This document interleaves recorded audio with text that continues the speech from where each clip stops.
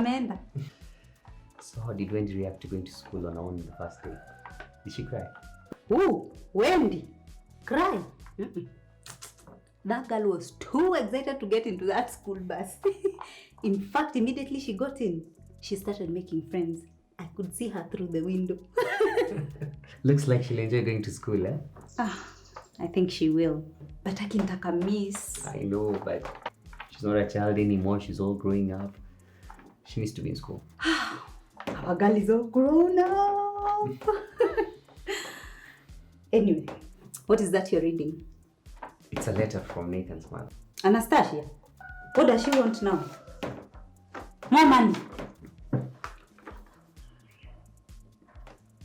Huh? She's getting married. To who? Apparently some jungu called Gary Davis or something. Muzungu. So sasa atakuwa anajiita aje? Anastasia Jockey Davis. It's not funny. I'm worried about my son, Nathan. But why would you be worried? It says here, have you read nicely? Because it says here, it says he doesn't mind that she has a son of her own. Allah, in fact, he has 2 boys. Have you seen? He has 2 boys of his own. Yes, but they'll start living together. Yeah? What do you mean when they start living together? Have you seen where that man lives? Soma hapa. He's in Karen. The guy lives in Karen. Your boy right now, Nathan, is living in Kayole. Atatoka Kayole to Karen. Surely that's quite a jump. So, stop making this a laughing matter. I know it's not a laughing matter.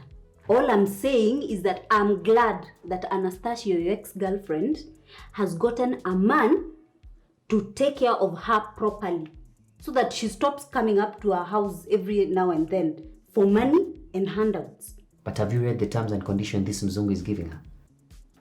No. What are they? According to Anastasia, this Mzungu is willing to pay for his upkeep and education. And that is, of course, to that high-end international school. And that is the same place his kids go to. So? He's doing that on condition that he adopts my son. What? What do you mean? But you're Nathan's father. And you are here, alive and well. And that is why I've invited Anastasia to this house to discuss this issue. Where? Here. In my house. Is there a problem? No problem. Your ex-girlfriend is always welcome in my house. So...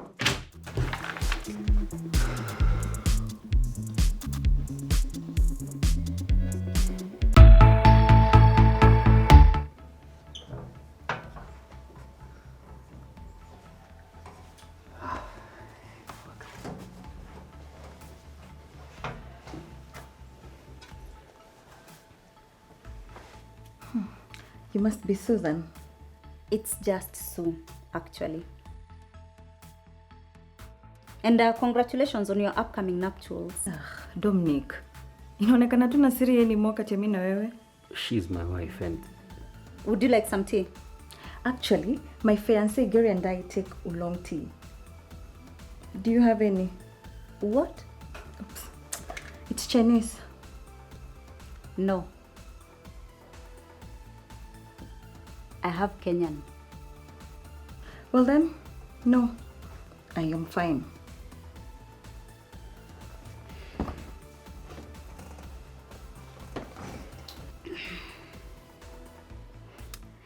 Dominic, darling. Yes. I'll be in the kitchen. If you need anything, just shout.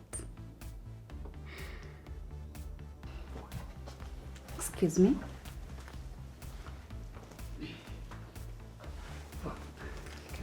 Have a seat.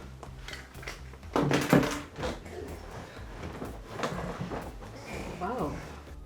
What a charming wife. Is this guy of yours serious about adopting my son? Well, if you're referring to Gary, yes, he is. He really likes Nathan and wants the best for him. And what is that supposed to mean? Even if I don't live with him, I provide everything that I can for my son. Yes, but Gary can provide more. In this Gary, his kids, are they white or... 0.5. No, they're white. His ex-wife is Scottish. And you expect my son, mtoto amelelewa kwa mtaa for more than 10 years, akaitu nao na atoshane nao? Dominic, stop being a racist. Ebu ni cheki, mimi nimelelewa Kayole na saizi naweza interact vizuri sana na watu kutoka Karen. Sawa? Boss, watu who adapt. And so can Nathan. And that is supposed to be reason enough for me to allow this man to adopt my son. Well, What if I don't agree to this adoption thing? Will that Gary guy chase him away from that big house in Karen? of course not. But Nathan will continue living with us. My Gary is not a monster. Well, then it's settled. I will not agree that guy to adopt my son. I'll continue providing for him. Will that include paying school fees to Chester House International? Anastasia, you know I cannot afford paying this school. Tutachatua some mali anasoma huko Kayole. Uko serious? You expect my son to live in Karen and go to school in Kayole? Are you serious? You'd be forcing him to live in two completely different worlds. That would even traumatize him. Goodness. Well, it's either that or nothing. I'll continue providing for my son. Kwa nimekufa. It is not my fault that hauna do. It is not my fault that huwezi mtuza mtoto wangu venye Gary anaweza mtunza. Sawa? Listen, for Nathan's sake, Dominic, let Gary adopt the boy and give him a better life. Those are the terms and conditions. By the way, hauna choice in this matter. No.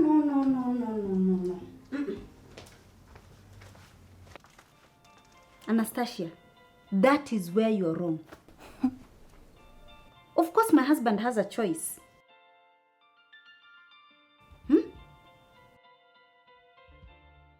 In fact, Nathan can come and live with us here. Our daughter Wendy loves him so much. And I know I can love him as my own son. So it is for you to choose, really. Whether you want Nathan to go and live maisha ambayo haezi adapt, or you're going to let him come here, live with us, with people that love him. And of course, I'm never going to stop you from seeing your child. Yeah. So, what do you say? I'll talk to Gary, then I'll let you know.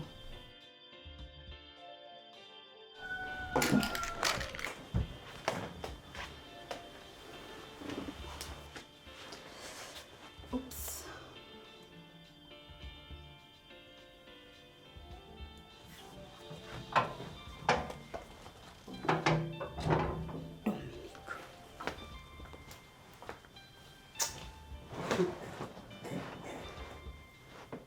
Anyway, I'm going to clean up the spare bedroom for Nathan. Why? How sure are we that she's going to agree to bring Nathan here? I am sure she will bring Nathan here. Let me tell you something, Dominic. Anastasia anapenda pesa. And she does not want to be tied down by the responsibility of bringing up a child. So of course she'll bring the child here so that aende kwa hao wazungu wake akapate pesa, sijui gari or whatever. Don't worry, she'll bring him. But Gary said that he wants to live with my son Nathan. Oh, she said, he said, they said. How do you know? That is hearsay. How do you know it is the truth? Let me tell you, if that man was interested in adopting Nathan, he would have come here to see you himself because you're his biological father. You're right. That makes sense. Thank you. Yes, that's what wives are for. Anyway, let me tell you something. Anastasia only came here today to put you down. And I am so proud of you because you stood up for yourself and you stood up for Nathan. I'm so proud of you. Thank you. Thank you. Thank you. That means a lot. What are wives for? Wife material. Anyway, let me go clean up the room for Nathan. Okay. We are getting a son. My son is coming.